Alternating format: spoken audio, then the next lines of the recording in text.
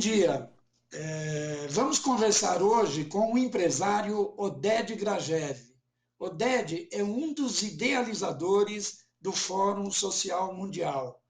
Oded tem um extenso currículo, vamos falar um pouquinho aqui do trabalho dele. O Oded é conselheiro da Oxfam Brasil, conselheiro do programa Cidades Sustentáveis e da Rede Nossa São Paulo, presidente emérito do Instituto Ethos, fundador do movimento Todos pela Educação, fundador e ex-presidente da Fundação Abric pelos Direitos da Criança, ex-assessor especial do presidente Luiz Inácio Lula da Silva e ex-assessor também do programa Fome Zero, o programa de combate à fome no governo Lula. Mas hoje o Oded vai falar do fórum. E eu queria saber, Oded, qual a relevância e a importância dos temas debatidos no Fórum Social Mundial, que começou no último sábado? Bom, vou começar a falar da relevância, né? Porque os temas são os mais variados possíveis, né? E porque existem centenas de organizações que trabalham diversos temas da sociedade civil, na realidade temas para que melhorem a vida das pessoas e a qualidade de vida das pessoas no mundo inteiro, mas os temas, se eu pudesse concentrar um pouquinho os eixos fundamentais que tem a ver com os nossos grandes desafios hoje, né, são, em primeiro lugar, a questão das desigualdades, das injustiças, das igualdades que eu falo no plural, né, porque desigualdades de renda, de patrimônio, de raça, de gênero, social, ambiental, enfim, todas as desigualdades que é a grande marca do Brasil, mas do mundo hoje, e mais preocupantes ainda porque essas desigualdades não têm diminuído, pelo contrário, estão aumentando, porque as estruturas que sustentam a desigualdade continuam as mesmas. O segundo tema, um eixo importante nas discussões, é a questão da democracia, que também é uma coisa que nos ameaça a todos nós, o avanço dos movimentos de extrema-direita, que são totalmente antidemocráticos, não só no Brasil, como em diversas partes do mundo, né? A gente tem assistido isso, então um dos eixos grandes hoje é a questão da democracia, da defesa, da promoção da democracia. E o terceiro grande eixo é o eixo das questões ambientais, que é uma outra ameaça hoje da humanidade, né? Que é a grande devastação hoje do meio ambiente, né? Daquilo que nos sustenta, que nos dá vida, o aquecimento global, e que tem produzido não só grandes catástrofes ambientais, mudanças climáticas, mas também está mexendo com a natureza, que está respondendo de diversas maneiras, inclusive através do vírus, e aí entra a questão das injustiças e da democracia e do meio ambiente, que tem a ver com a questão da pandemia. Então, os temas principais são os temas hoje que são os grandes desafios para a humanidade, os grandes riscos, né? Mas também as grandes oportunidades. Você falou aí das desigualdades, e nesse momento de pandemia, tem um dado aí que já foi mostrado, que as 1.000 pessoas mais ricas do mundo, em 9 meses, recuperaram as perdas que tiveram aí durante a pandemia. E os mais pobres, ao contrário, vão levar 14 anos para recuperar as perdas que tiveram, né, nesse momento. Isso é um dado que agrava muito mais ainda a situação dos mais pobres, né? Exatamente, Gilberto. Antes mesmo da pandemia, né, a situação já era catastrófica, alarmante, né? Vou te dar só dois números, né? 5% da população mundial, ela tem a renda equivalente aos outros 95%, né? 1% da população mundial tem 50% das riquezas do mundo, né? É uma situação absolutamente insustentável e antiética e antissocial, anti um monte de coisas, né? Porque não é possível que essa desigualdade ela subsista e que não faça suas consequências. Então, o que acontece? Quando você tem uma pandemia, e uma situação de escassez, de riscos, essa população que detém a maior parte da riqueza e da renda, ela que detém a maior parte do poder político. E começa a submeter a seus interesses todas as decisões políticas dos governos e que acaba os favorecendo, né? E está muito mais protegida, né? Inclusive do ponto de vista dos seus recursos, dos seus rendimentos, do sistema financeiro, da rentabilidade de aplicações e investimentos financeiros. Enfim, é uma população que sabe melhor, tem mais condições de se proteger contra os efeitos negativos da pandemia e não só se proteger, como também se aproveitar dessa situação de penúria e do seu próprio benefício. Então, a pandemia, se tem algum lado positivo nela, que evidentemente que o lado negativo é enorme, né? São as vidas das pessoas que estão em jogo, são as pessoas que morrem, que são hospitalizadas, que têm sequelas, mas ela acentuou e mostrou ainda mais a enorme desigualdade que nós temos hoje no mundo, né? Então, essa desigualdade, ela não produz bons resultados. Ela, inclusive, impacta aqueles outros eixos que eu falei, a questão da democracia, a questão ambiental, né? E uma desigualdade que tem suas razões, tem suas raízes, né? Porque o modelo capitalista que temos hoje, o neoliberal, que na realidade dele, que privilegia a competição, é um modelo que promove a competição, né? O que significa e tenta fazer com que a competição tenha menos amarras possíveis, né? Menos restrições, como a questão dos direitos humanos, como a questão ambiental. O que ela faz no fundo? É a lei da selva, né? É a lei do mais forte, né? E o mais forte se torna mais forte, e cada vez mais forte, e o mais frágil, mais vulnerável, se torna mais vulnerável. Então, é um modelo que não só ele promove as desigualdades, ele sustenta as desigualdades e aumenta as desigualdades, né?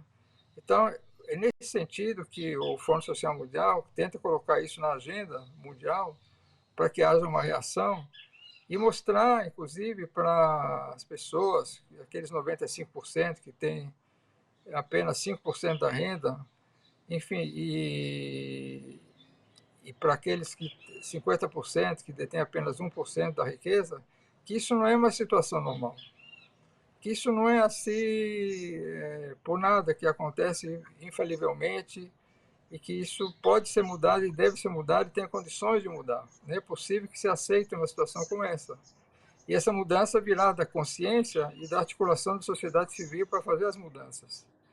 E o Fórum Social Mundial veio exatamente para isso, mostrar que isso não é fatal, isso não é normal, isso tem razões, tem estruturas que sustentam essas desigualdades e que isso pode ser mudado e deve ser mudado.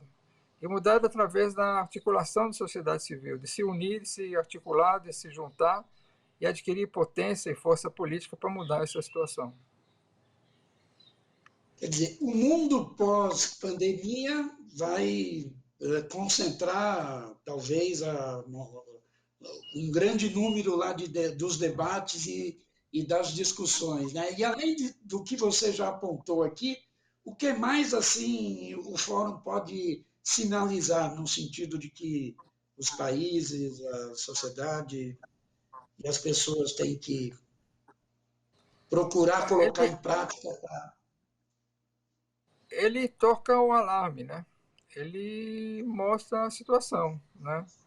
Ele alerta sobre o que está acontecendo e as consequências disso e mostrando que isso não é sustentável, né?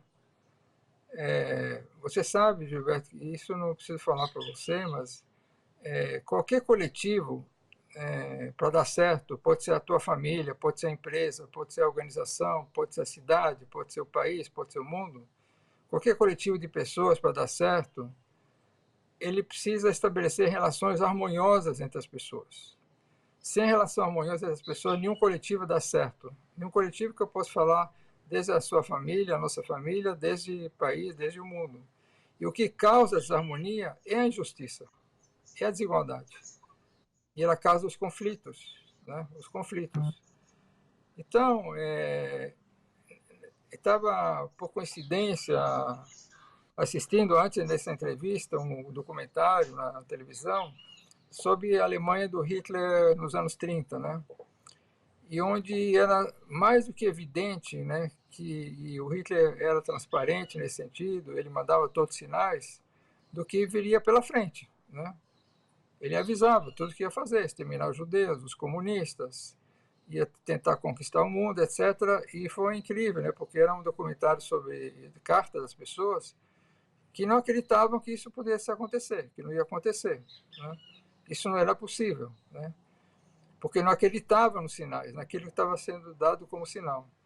Então, o objetivo do fórum é tocar o alarme, mostrar o sinal, mostrar que isso não é sustentável, que isso é muito ruim sob todos os sentidos e que é possível mudar, e que um outro mundo é possível.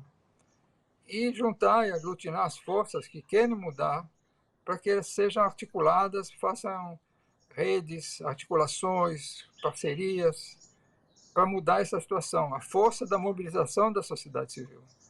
Foi isso, inclusive, que aconteceu recentemente nos Estados Unidos, onde a sociedade se mobilizou para votar, para comparecer às urnas, para mudar a situação, para afastar o ex-presidente Trump, né? Foi a situação que a sociedade se mobilizou. Evidentemente, tinha candidatos, tinha partido, uma sociedade que se mobilizou para votar contra o racismo, para votar contra o desprezo pela ciência, para votar contra a, atentado à vida, para votar contra a discriminação, contra o autoritarismo, enfim, mas foi a sociedade que fez isso, se mobilizou e se articulou. Então, na realidade, o Fórum acredita nisso, né? Nos alertas, na mostrando das situações absurdas, que é uma outra situação impossível e que para mudar é necessário uma grande articulação da sociedade.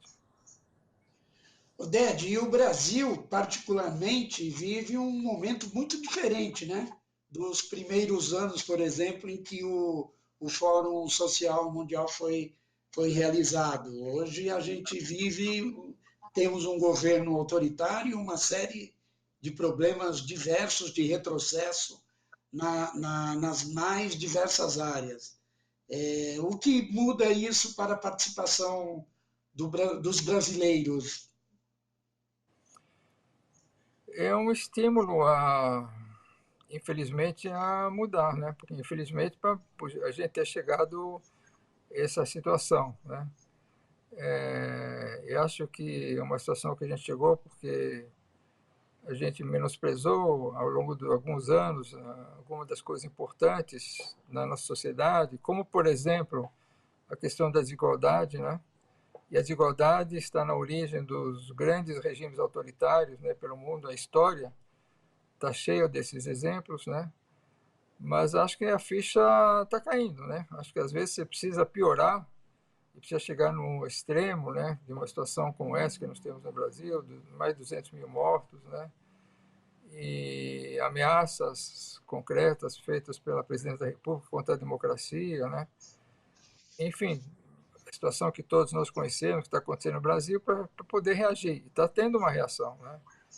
A gente está vendo uma reação, uma articulação, uma mobilização, e é um estímulo a não se acomodar, quer dizer, não se desanimar, mas está havendo muita resistência, muitas iniciativas no sentido de a gente reagir a essa situação na defesa da democracia e da vida dos brasileiros. Então, a gente chega nessa situação, infelizmente, mas está havendo uma reação e acho que a situação pode mudar e vai mudar com a reação da sociedade.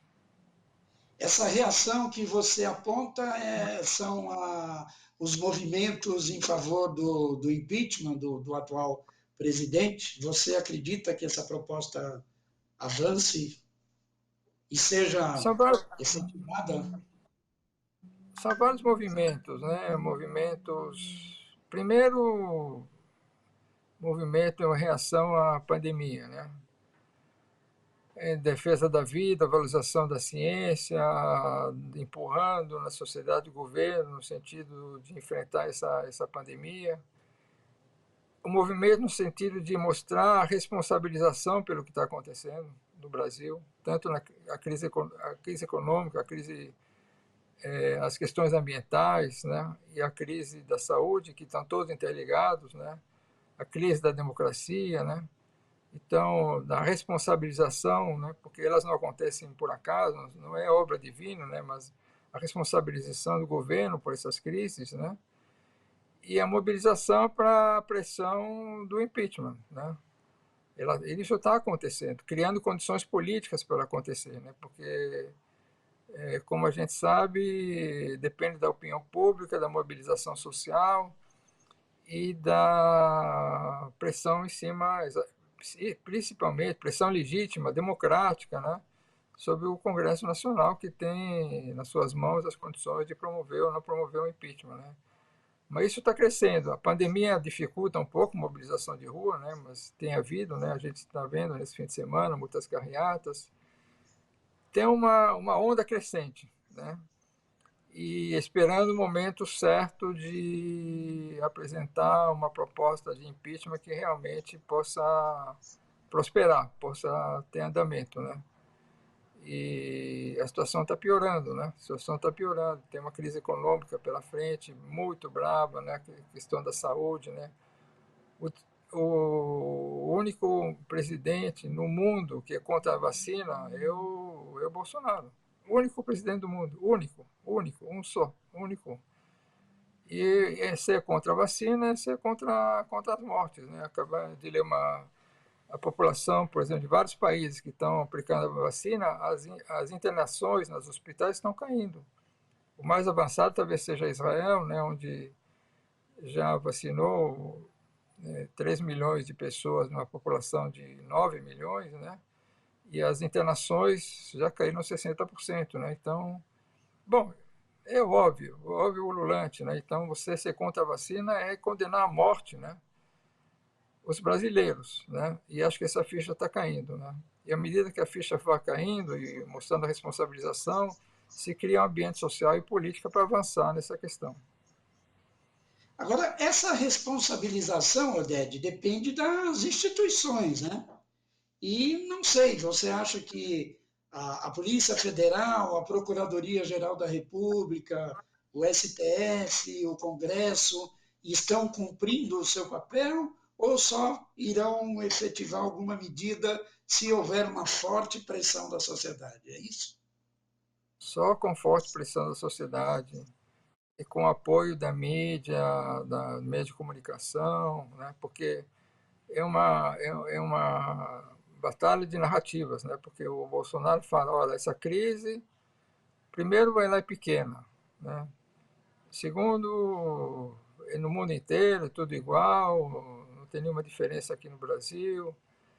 Terceiro, a responsabilização pela crise não tem nada a ver com isso, foi o Supremo que me tirou o poder e delegou aos municípios e aos governos estaduais a administração da pandemia, né? Tirando a responsabilidade dele, né? Então uma guerra de narrativas, né? Então, primeiro mostrar a narrativa, quer dizer, qual a responsabilização, de quem é. Isso tem a ver muito com comunicação, com educação, com formação de redes que possam explicar e ser didático nesse sentido, né? Então, por aí. O resto virá depois, na medida que essa ficha cair para a população brasileira, né? Na medida que o Bolsonaro não tenha mais acesso e poder se aproveitar de muita desinformação e da fragilidade de muitas camadas da sociedade, à medida que houver uma clara responsabilização nesse sentido, e acho que o Congresso e o STF, as instituições irão atrás. E entre os muitos retrocessos, Oded, o Brasil também voltou a integrar o mapa da fome, né? Exatamente, exatamente. Isso é muito triste, né? Quer dizer, levou muitos anos e muitas ações, muitas políticas para o Brasil sair do mapa da fome, né? É inacreditável, porque o Brasil é um dos países mais ricos do mundo, né? A nossa desigualdade e a nossa fome é mais humilhante ainda, né? porque é um país que tem tantas riquezas, tantos recursos, tanto potencial de alimentar e superalimentar, e de N vezes a sua população, né? Quer dizer, tem todos os recursos, que tem todos os recursos para oferecer condição de vida digna a todos os brasileiros, está nessa situação. Isso é mais chocante, mais triste, mais humilhante ainda, né? Às vezes você pega um país, vamos dizer, na África, que é muito pobre, não tem recursos, não, não tem recursos alimentares, não tem recursos de terra, não tem recursos de financeiros, econômicos, você ainda pode entender, bom, a miséria faz parte dessa falta de recursos, precisamos ajudar de fora. O Brasil não precisa de nada disso, né? É mais humilhante, mais vexatório, mais triste por ser o Brasil. Quando a gente fala de alguém de fora que no Brasil alguém passa fome, a pessoa não acredita, né? Quando fala que tem essa pobreza, essa desigualdade, que a maior parte da população vive na pobreza, não acredito, falo, não é possível. Um país que tudo, tem riquezas de todo quanto é tipo, tem água, tem população, tem terras, enfim. Então, no nosso caso, é mais ainda humilhante. Ao mesmo tempo, você precisa, sendo didático, explicar tudo que nós precisamos está aqui, nós temos. Nós temos todos os recursos necessários para diminuir para eliminar a fome, para diminuir a desigualdade. Nós sabemos o que tem que ser feito. Isso é uma boa notícia. Nós temos recursos, sabemos o que tem que ser feito. Aí depende muito de pressão, de mobilização, para que aquilo que a gente sabe que pode ser feito e que tem que ser feito, seja feito. Oded, a gente já está quase encerrando, mas eu queria, se você tem alguma outra questão importante a respeito do que o fórum vai colocar ou falar, e que você acha ainda importante frisar. Não, primeiro as pessoas entender qual é a lógica que levou à criação do fórum. A lógica é que é necessário juntar a sociedade civil para que ela, primeiro, mostrasse que um outro mundo é possível. Porque o Fórum Econômico Mundial e o Fórum Social Mundial veio para se contrapor ao Fórum Econômico Mundial, dizia que a economia, o neoliberalismo, a economia liberada de amarras, é que vai levar o mundo à felicidade, que aqueles que criticam só sabem criticar, não têm propostas, e que o caminho teria que ser daquele caminho do neoliberalismo, da economia, sem nenhuma regulação, sem nenhuma obrigação com direitos humanos, com o meio ambiente, e mostrar que não, primeiro que existem propostas e experiências que mostram que é possível fazer de outra maneira. E segundo, promover um encontro para que a sociedade civil, e essa é outra crença, a sociedade civil só vai poder mudar as coisas quando ela se juntar, se articular, quando adquirir força pela articulação para podermos fazer as mudanças. Então, muitas articulações, muitos encontros são feitos lá para depois se desdobrar em muitas ações. E quando o povo se junta, quando as organizações se juntam, as coisas acontecem. Só vou dar um exemplo, né? Quer dizer, a ditadura no Brasil, por que ela caiu e não houve derramamento de sangue? Porque a sociedade se mobilizou, se juntou, mesmo vários diferentes, e a mobilização levou à queda da ditadura, né? Impeachment do Collor foi a mesma coisa. Então, quando a sociedade se junta, como nos Estados Unidos, pelo movimento dos direitos civis, isso aconteceu e houve direito de mulheres votar, a queda do apartheid, a queda da escravidão, tudo isso aconteceu quando a sociedade se mobilizou e disse: isso não é normal, isso não é aceitável, isso tem que mudar, e a força da sociedade civil conseguiu mudar. Essa é a lógica que está atrás quando tive a ideia da criação do Fórum Social Mundial e que o Fórum Social Mundial é capaz de fazer. Ok. Isso, só para lembrar, então... Oi? Eu só queria apenas acrescentar que muitos movimentos importantes surgiram nos últimos anos, muitos deles geridos dentro do Fórum Social Mundial, como, por exemplo, o movimento das mulheres e o movimento, queria destacar dois movimentos, três, aliás, ambiental, das mulheres e antirracistas. Então, são três fenômenos novos, movimentos grandes, importantes, potentes, valorosos que surgiram nessa articulação sociedade civil e que levam muita esperança a todos nós. Ok. E só para lembrar, então, o fórum desta vez tem 6.000 inscritos e está sendo realizado via online, desta vez por conta da pandemia. Oded, muito obrigado pela sua entrevista, foi um prazer falar com você.